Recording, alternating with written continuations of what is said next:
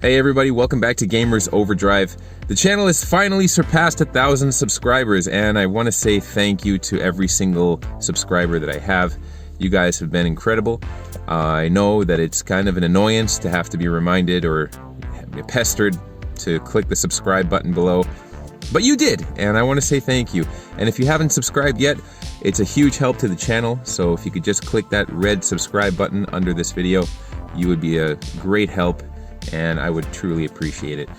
Now that we have passed 1,000 subscribers, I also have added a Patreon link to the description of my videos, and again, if you could join supporting the channel on Patreon, I can't tell you how much I would appreciate that. It's a huge help.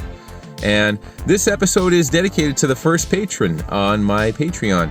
And I don't want to say his name because he's a super humble guy and he really doesn't like to have a big fuss made out of his support to the channel. But he's been a supporter of Retro Mode from the very beginning.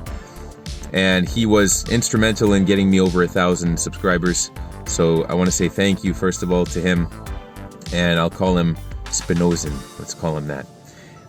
But he also is the first, I would say, viewer to actually send in tech to me to review. And what he sent is kind of incredible. Not just because it's an incredible device, but the means in which it was delivered to me is mind-blowing. So I did an episode over a year ago about gaming in Turkey. Now, I'm from Boston, Massachusetts in the United States originally. That's my hometown. But I've lived in Turkey for over 5 years now. My wife is Turkish and we've been living here with our family. So I have 2 daughters and we live in Istanbul. And I'm an English teacher by day and a gamer by night. I also am an author and illustrator, so I have a lot going on. But this channel has been just an incredible way for me to just, you know, let my stress loose and just not think about two things too much. Putting a camera on and, you know, gaming and talking about game tech and stuff like that, it's just been a really good kind of therapeutic experience for me. And it's also been an incredible way to reach out to other like-minded people, people who are into the same kind of stuff that I'm into. And so one viewer of an episode on gaming in Turkey, again, we'll call him Spinozin, he kind of started following from that point, and he's just a really cool guy who's really into retro games and really into nostalgia, which so am I. And so he delivered this to me. This is the RG351P, and he had his mom and brother actually deliver it to me in person. So they were visiting Turkey to see family, and they're ethnically Turkish Brits, so they live in the UK and they're British, but their lineage is Turkish. So his mom and brother came to Turkey and they found me, and my wife and I also run a children's bookstore. It's kind of a family business that we have going. And so they traveled all the way across if you know anything about Istanbul, you know that it's 2 sides. There's a European side and an Asian side. So I live on the Asian side.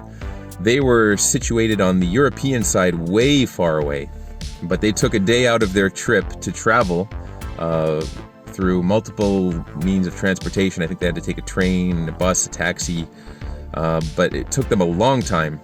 But they found our bookstore, and they brought not just this for me to review, but they also gave a donation to the bookstore on behalf of orphans who they wanted to donate books to orphans through our store. So again, viewer Spinozin, who I'm calling him, is just incredibly generous, and it was very important for him to ensure that the people who were getting the books were orphans, that they were in need, and so we have done that. So Spinozin, we want to say thank you again for your donation. It went to a worthy cause, and I'll give you more information on that later through Patreon. I'll give you more details on how we did it and where your money went. But again, this is crazy to me. It's kind of mind-blowing. You know, you start a channel about gaming and about, you know, just your hobby, and you never know who you're going to reach, who you're going to connect with. And just watching a simple video like this and, you know, finding the story interesting, it might spark something in you, and you might, you know, want to connect. And that's what it's all about, really. Kind of gaming is about connecting. It's about, you know, having a common interest and finding people who you connect with on you know, through the hobby of gaming. And my best friend, who I started Gamers Overdrive with, it was a podcast originally, lifelong best friend. Our entire friendship was kind of, the foundation of it was gaming, and we've, you know, stayed friends for all these years, and we're really more than friends, we're more like family now. So that's kind of the story behind this handheld, and it's an incredible story. And now I did an episode on the 351V, which I had to pay an arm and a leg for to get, because import fees in Turkey are just ridiculous. They try to discourage people from buying outside of the country by taxing the hell out of everything that you buy that's foreign. So when I imported this, I bought it through, I want to say I bought it through Amazon Turkey, but I had to pay as much in taxes as I did for the actual device. So I did love the device. I thought it was awesome. Some standout features for this device here are the screen. The screen is super high quality. The build is very high quality. Some downsides to it were that out of the box it's a mess. It's one of those, you know, in China they throw a bunch of ROMs on, a bunch of jumbled mess of ROMs. They're not optimized. The operating system was crap. So I have tweaked it a little bit. I put something called 351 elec on it, and it changes the game. So now this thing is so awesome. It's legit as a Chinese ROM player can be.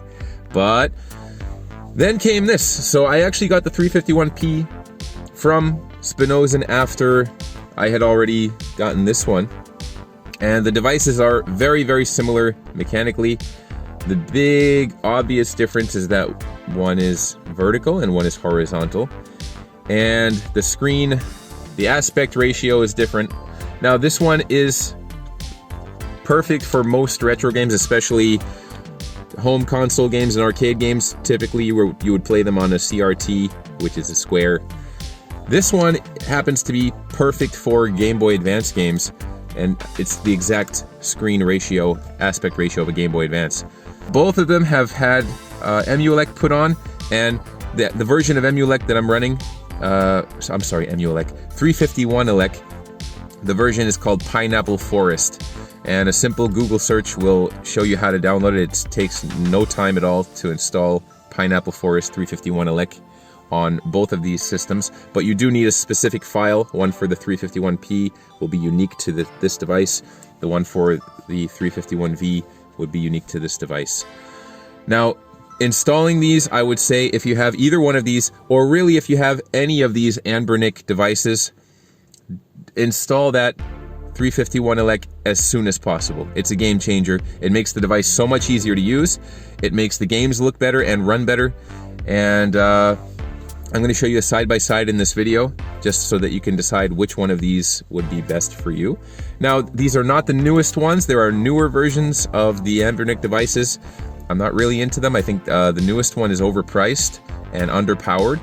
But now that we have, you know, so many new options, this market for this type of device moves so quickly, and the technology improves so rapidly that you really just have to pick one and, you know, just accept that the fact that something different and possibly better is going to come out within a few months. And I'll tell you at the end of this video which one I prefer. You might think I would prefer the newer, better, supposedly better one, just because it's newer and better in some ways. The screen, without a doubt, is better on this one. I'll tell you, spoiler, screen is better, no doubt. But you might be surprised on my favorite one. So let's take a look in 3, 2, 1.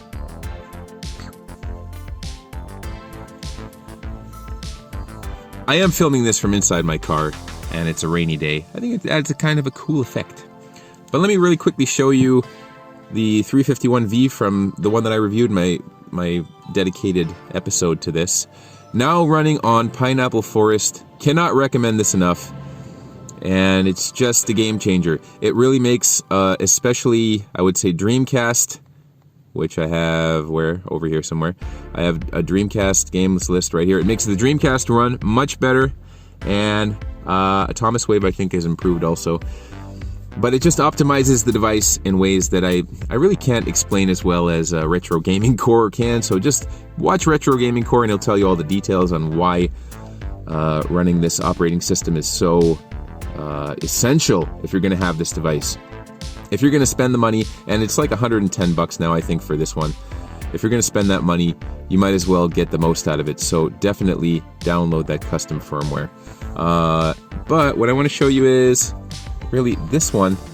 This one is running what is essentially the same firmware. It's 351 elect, but it's now the Pineapple Forest one.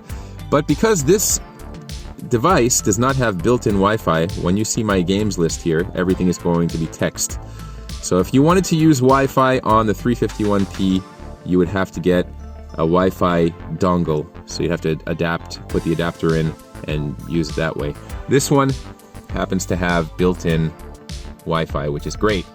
And what that does is it allows you to scrape images for your game. So you can see here for the DS, I have some screenshots, and I have like an attract mode. You can see some gameplay. And here for the NES, you know, you can opt to have screenshots from the game itself, or you can have box art. Right now I have screenshots, but the box art is kind of cool. And there's a built-in scraper where you can just scrape these images directly to it. So it makes your experience a little more visually pleasing than if you just have text. But this one, since I don't have Wi-Fi, I just have it text only. And I don't mind at all. It plays the same games. So basically my entire library that I have on the 351V, I also have now on the 351P. And when Spinozin sent this to me, it was empty. So I had to install it all, but it was very easy. These devices are very easy to install your own ROM library on. And you can see here, I've got Genesis, Master System, Super Nintendo, Wonder Swan Color, favorites. You can make a favorites list. There's a settings menu, Atomic Wave, Dreamcast, Final Burn, Neo. There are a few changes that came with this one. You have to put your, if you do have the Capcom CPS3 games like Street Fighter 3 or the JoJo's Bizarre Adventures games, you have to put them into the Final Burn Neo folder now. It's a little tricky.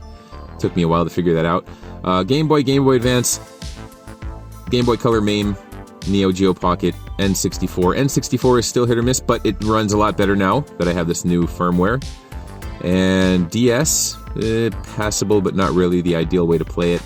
PC Engine, PlayStation, PSP. But the real standout for this device, now this is the 351P. It is a Game Boy Advance beast. It runs Game Boy Advance games perfectly. It's the perfect aspect ratio. And let me show you, I'll open up a game here for you to see.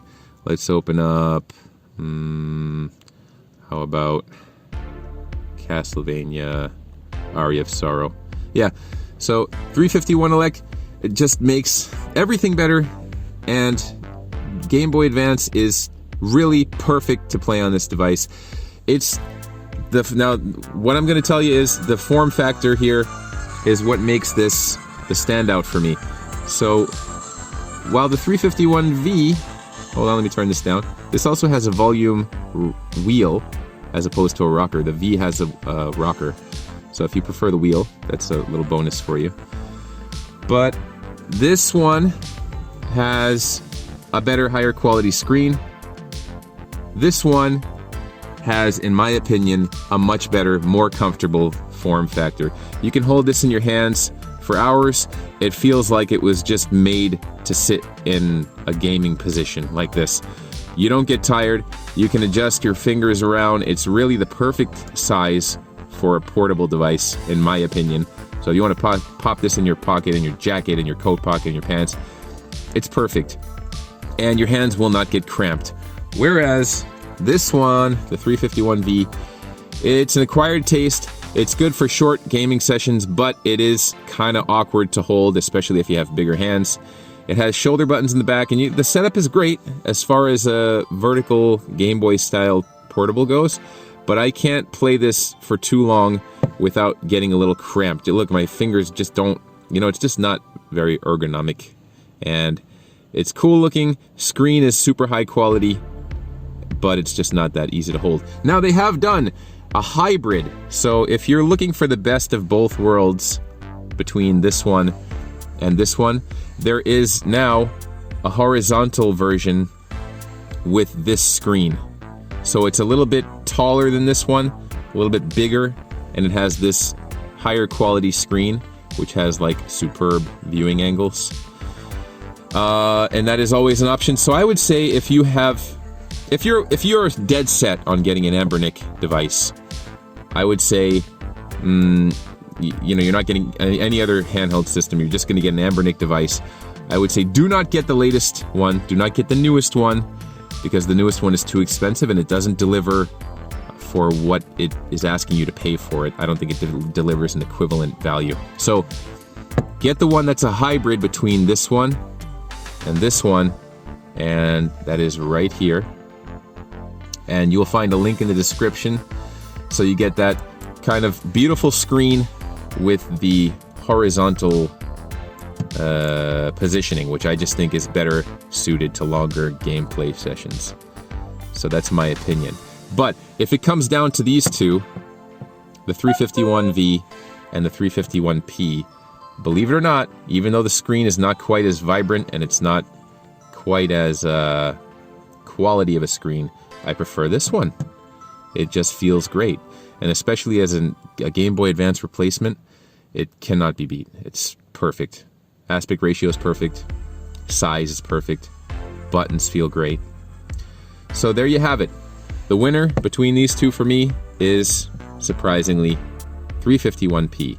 But if I didn't have either one, I would go for the hybrid version.